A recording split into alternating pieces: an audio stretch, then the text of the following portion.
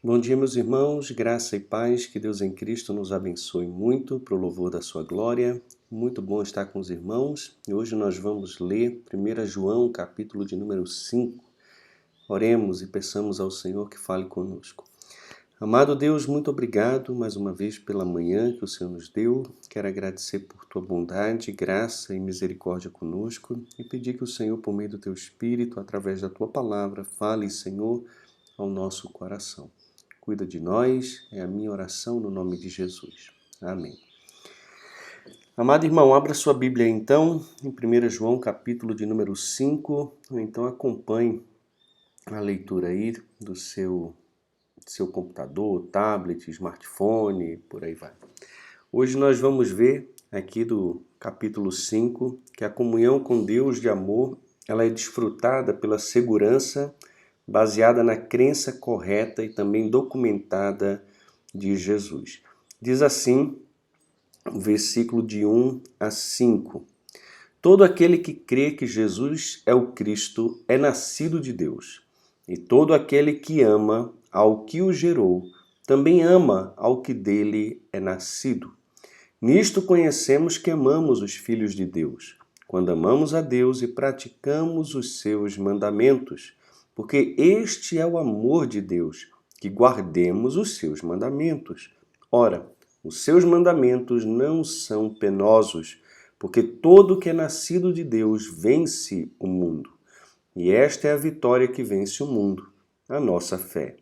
Quem é o que vence o mundo, senão aquele que crê ser Jesus, o Filho de Deus? Aqui a gente vê claramente, meus irmãos, que a verdadeira crença em Jesus como Messias resulta em amor também pelos filhos de Deus. Todo aquele que crê que Jesus é o Cristo, ele é nascido de Deus. O que é que eu preciso fazer, pastor, para nascer de Deus? Você precisa crer em Jesus Cristo. Só que essa fé é muito mais do que um consentimento teológico.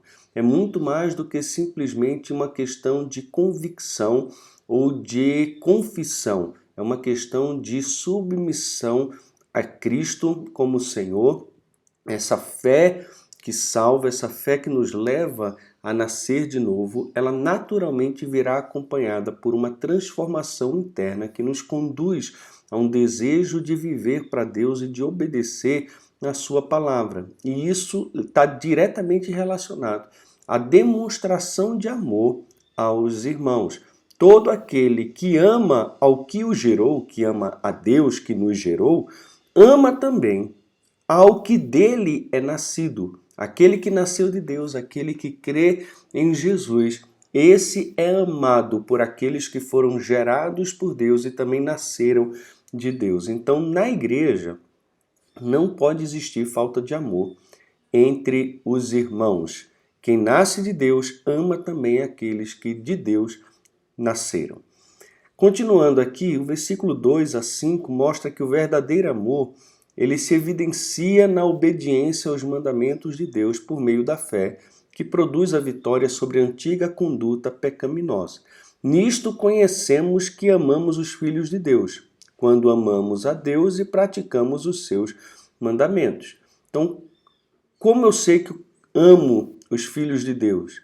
Quando eu amo a Deus. E como eu amo a Deus? Quando eu pratico os seus mandamentos. João 14, 21 também fala sobre isso e nós já vimos isso aqui também no Evangelho de João. Porque este é o amor de Deus, que guardemos os seus mandamentos. Deus não tem 5 linguagens de amor, Deus tem uma linguagem de amor. Aquele que ama a Deus, guarde a sua palavra, guarde os seus mandamentos. E isso naturalmente implica em amar o próximo, porque esse é o mandamento que ele nos deixou. E esses mandamentos de Deus não são penosos.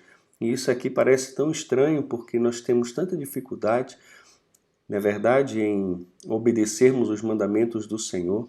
Então, por que João está dizendo que os mandamentos de Deus não são penosos?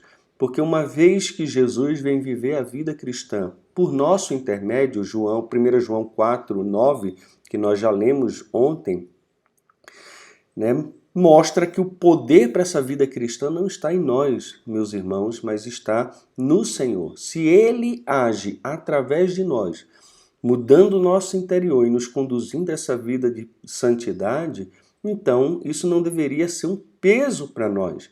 E todo que é nascido de Deus vai vencer o mundo, não vai se entregar ao pecado, mas vai vencer o mundo. E quem é que nasceu de Deus, irmãos?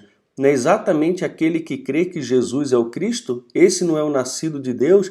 Então, todo que é nascido de Deus, todo aquele que crê que Jesus Cristo é, de fato, o Filho de Deus, então esse vence o mundo.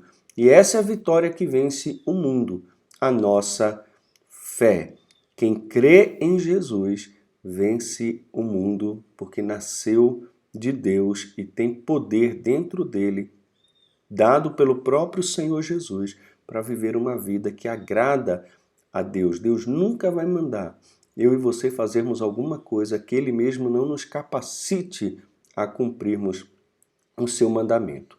Quem é o que vence o mundo, senão aquele que crê ser Jesus, o Filho de Deus? E é interessante que em Apocalipse a gente tem as cartas ali, as 7 igrejas, e no final de cada carta a gente vê ali, né?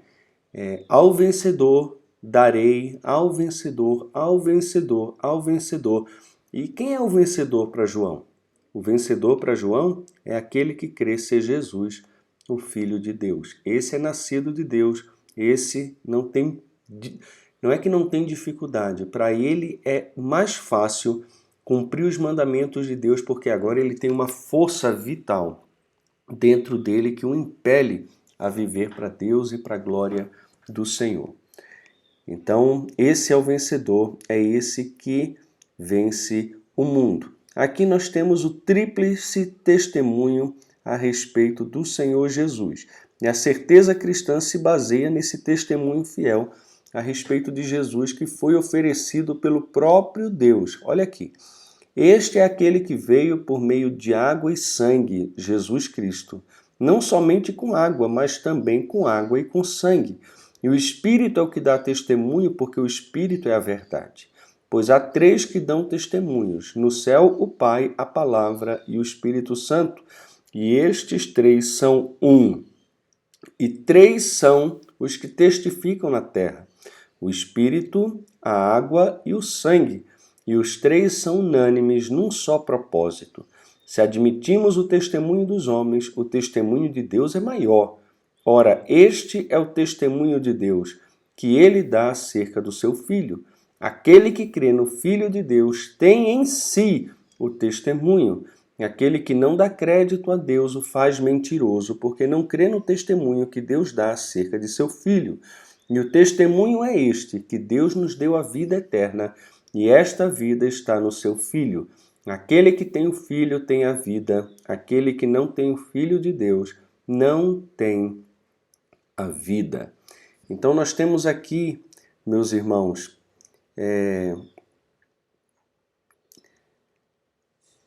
desculpa, cadê? Onde é que eu estou? Aqui, o testemunho histórico e externo que envolveu o batismo e a morte física de Jesus, né? O versículo 6 a 9 fala exatamente sobre isso, a água, o sangue, e não somente o sangue, mas também o Espírito Santo. Então nós temos o testemunho histórico e externo que envolveu o batismo e também a morte física de Jesus, mas também nós temos um testemunho pessoal interno que assegura aqueles que têm o Filho de sua vida eterna em conformidade com a mensagem de Deus. O versículo 10 a 12 fala sobre isso aqui. Então, o que nós temos aqui é exatamente esse testemunho que João nos oferece, que são critérios que, além dos critérios subjetivos, nós temos também o critério objetivo. João oferece aqui testemunhas externas quanto à pessoa de Cristo, que vai do versículo 6 ao 12, né? Nós temos o Espírito, o convencimento pelo ministério apostólico, a água, que é a realidade do batismo de Jesus como ungido de Deus, e nós temos também o Espírito, o sangue, que é a realidade da sua morte vicária. E o elemento chave aqui na visão de João, né, da segurança do crente, é exatamente a crença correta com respeito à pessoa e à obra de Jesus.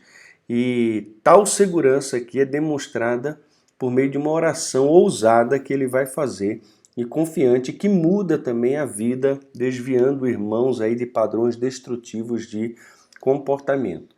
Então, 3 testemunhos externos, 3 testemunhos pessoais internos que dão ao crente segurança e garantia também de vida eterna. Então, esse testemunho pessoal interno, meus irmãos, assegura a mim e a você, nós que cremos no Filho, que nascemos de Deus, que temos Jesus como Senhor da nossa vida eterna, em conformidade com a própria mensagem que Deus nos deu. Aquele que crê no Filho de Deus tem em si o testemunho. O próprio Espírito de Deus que habita em nós testifica que de fato nós somos filhos de Deus. Isso também está em Romanos, capítulo 8, ali a partir do versículo de número 14. E isso é muito importante. O próprio Espírito testifica ao nosso espírito que nós somos filhos de Deus. E aquele que não dá crédito a Deus sobre o seu filho faz de Deus um mentiroso, porque não crê no testemunho que Deus dá acerca do seu filho. E o testemunho é esse, que Deus nos deu a vida eterna. Ele nos deu, não nos dará. Ele nos deu. E a vida está no seu filho. Quem tem o filho tem a vida. Quem não tem o filho não tem a vida. É tão simples assim. E quem é que tem o filho, pastor? É aquele que crê no filho. É aquele que nasceu de novo. É aquele que consegue guardar os mandamentos de Deus, porque eles não são mais penosos, uma vez que o próprio Senhor vive essa vida por nosso intermédio. É a fé que faz o crente vencer o mundo e não mais viver de acordo com o pecado. Aquele que nasceu de Deus, ele passa agora a amar o seu próximo, que também nasceu de Deus. Então, essa é a evidência clara daqueles que têm o Filho de Deus. Novamente, não é apenas uma questão de confissão, é uma questão de submissão à palavra do Senhor. E aí entra aqui o versículo 13 em diante, que vai mostrar a crença correta em Cristo produz certeza. Essas coisas vos escrevi a fim de saberdes que tendes a vida eterna, a vós outros que crede em o nome do Filho de Deus. Então João está querendo trazer certeza, convicção ao coração dos crentes ali que de fato creem em Jesus. Eles têm a vida eterna. Quem tem? Aqueles que creem, somente aqueles que creem. Além disso, o versículo 14 e 15 mostra que a certeza ela é demonstrada pela oração confiante, que muda circunstâncias de acordo com a própria vontade de Deus. Esta é a confiança que temos para com Ele, que se pedirmos alguma coisa segundo a sua vontade, Ele nos ouve. Quando é que Ele nos ouve, irmãos? Quando pedimos alguma coisa conforme a sua vontade, não a nossa vontade, a vontade dele. E sabemos que ele nos ouve quanto ao que lhe pedimos. Estamos certos que obtemos os pedidos que lhe temos feito. Se alguém vir a seu irmão cometer pecado não para a morte, pedirá, e Deus lhe dará vida aos que não pecam para a morte. Há pecado para a morte, e por esse não digo que rogo. Toda injustiça é pecado, e há pecado não para a morte. A certeza aqui também é demonstrada pela oração confiante que muda vidas, afastando irmãos de pecados destrutivos. E um dos pecados destrutivos, e talvez esse pecado para a morte aqui, seja exatamente afastar os irmãos, orar pelos irmãos, para que Deus alcance o coração deles, desviando da heresia que estava presente ali, afirmando que Jesus não tinha vindo em carne e assim rejeitando todo o plano de redenção que Deus estabeleceu em Cristo. Aquele que rejeita a Cristo e o testemunho que Deus dá acerca do seu Filho, esse está pecando para a morte e não tem nada que a gente possa fazer por uma pessoa que morre ou que está impenitente nos seus pecados e não confia em Jesus como Salvador das suas vidas. Esse é, de fato, um pecado para a morte. Agora, existem aqueles que estão na dúvida, estão em pecado, mas que ainda há solução para eles e nós devemos orar para que essas pessoas se arrependam dos seus pecados e se voltem para Cristo como Salvador da vida delas, para que nasçam novamente e então tenham o poder de Deus em suas vidas para poder andar de acordo com os mandamentos do Senhor, amando também o seu próximo. Tem pecado para a morte, tem pecado que não é para a morte. O pecado para a morte que não tem de jeito nenhum solução é alguém viver ou morrer sem ter Jesus Cristo como Senhor e Salvador da sua vida. Existe também aquela situação em que o pecado ele é tão presente na vida de um crente e ele não se arrepende do seu pecado, que o próprio Deus o disciplina e até mesmo tira a sua vida, como nós encontramos em 1 Coríntios capítulo 11. E não só 1 Coríntios 11, nas outras passagens também nas Escrituras, onde pessoas que mentiram ao Senhor, ao Espírito Santo, que pecaram contra Deus, pecaram contra a igreja, não discernindo o corpo, também foram disciplinados pelo Senhor ao ponto de perderem a vida.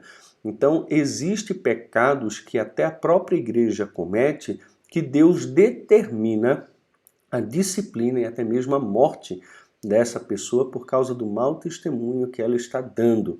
Então, esse aqui também seria um pecado para a morte, tá? Mas dentro do contexto aqui, por aquilo que temos visto, né, por aquilo que estamos lendo, muito provavelmente esse pecado aqui está ligado à pessoa de Jesus e à concepção que se tem a respeito dele. Existe aquele que comete pecado, mas ele está vendo aqui, o problema dessa visão também é porque fala que se alguém vir a seu irmão cometer pecado, não para a morte, pedirá e Deus lhe dará vida aos que não pecam para a morte. Então, dá a ideia que já é um irmão. O João está se referindo àqueles que estão na igreja, mas estão ainda na dúvida a respeito de Cristo, dando ouvidos a falsos ensinos, a considerar eles como irmãos e então orar por essas pessoas para que Deus traga vida àqueles que ainda não pecaram para a morte, ou seja, não rejeitaram a Cristo completamente nos seus corações. Agora, há pecado para a morte, que é, nesse sentido aqui, você rejeitar completamente o testemunho que Deus dá a respeito do seu filho. Tanto o testemunho externo como também o próprio testemunho interno. E esse, então, não adianta mais rogar nem orar, porque isso seria um pecado muito grande.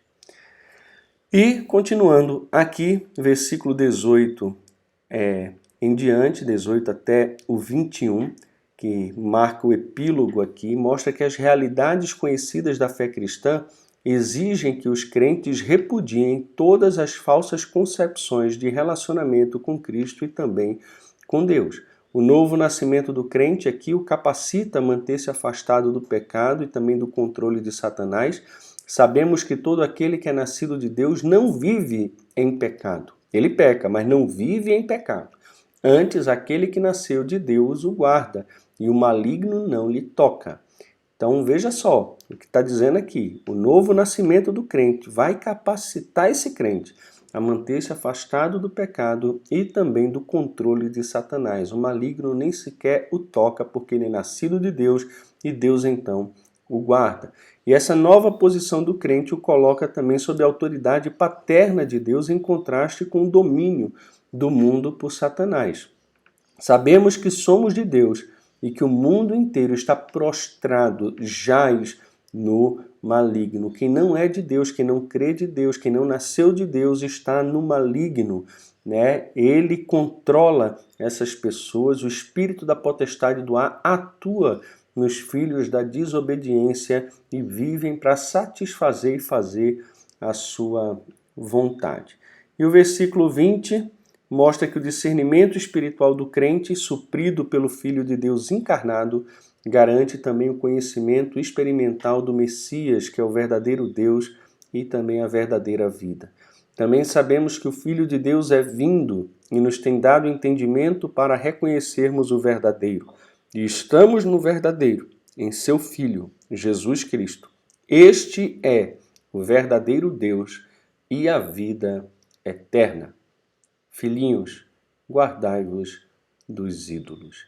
E aí, encerrando o versículo 21, a gente tem a responsabilidade do crente, que é exatamente repudiar todas as falsas concepções de Deus e amar aquele que nos gerou, amar de todo o nosso coração, viver em completa santidade ao nosso Deus. Por isso que a possibilidade, irmãos, ali também do pecado para a morte, está relacionado a um crente que, mesmo conhecendo a Deus, mesmo tendo nascido de Deus, vive uma vida de injustiça e de pecado, também possa estar, talvez tenha que ser considerada ali naquele contexto, porque mesmo crentes podem sim, em algum momento, se entregar a uma vida de idolatria e usar os membros do seu corpo como instrumentos do pecado para a morte. Então tome cuidado, tome cuidado. Você que conheceu a Jesus, não vire as costas para ele, não traje o sangue da nova aliança, porque se você é um perdido, você já está condenado mesmo. Agora, se você é filho de Deus, conhece a Cristo, confessa a Cristo e alimenta o pecado na sua vida, isso é tão incoerente com a sua posição e com o caráter de um filho de Deus que nasceu de Deus e por isso tem poder para viver uma vida cristã, e mesmo assim você rejeita todo o poder, você rejeita toda a palavra, todo o mandamento, rejeita o Filho de Deus, e você demonstra na sua vida que nem conhece a Deus pela forma como você vive. Se você for filho de Deus, o que jamais dará segurança a você e nem às pessoas que estão à sua volta, é muito possível que Deus se levante para disciplinar com severidade um filho seu, conduzindo ele, inclusive, à enfermidade e à morte física. Paulo vai dizer em 1 Coríntios 11, que por tomarem a ceia do Senhor, não discernindo o corpo de Cristo, muitos estavam tomando juízo para si. E não era de se estranhar que muitos crentes, muitos na igreja, estavam doentes e outros até mesmo já dormiam, já tinham morrido por causa do pecado que haviam cometido. Então guardemos o nosso coração e, acima de tudo, a nossa confissão. Jesus Cristo é, sim, o Filho de Deus. E não só o Filho de Deus, ele é o verdadeiro Deus e ele é a vida eterna. Meus irmãos, Deus nos abençoe. Grande abraço a todos vocês. E se Deus permitir, semana que vem estaremos juntos novamente. Fiquem na paz.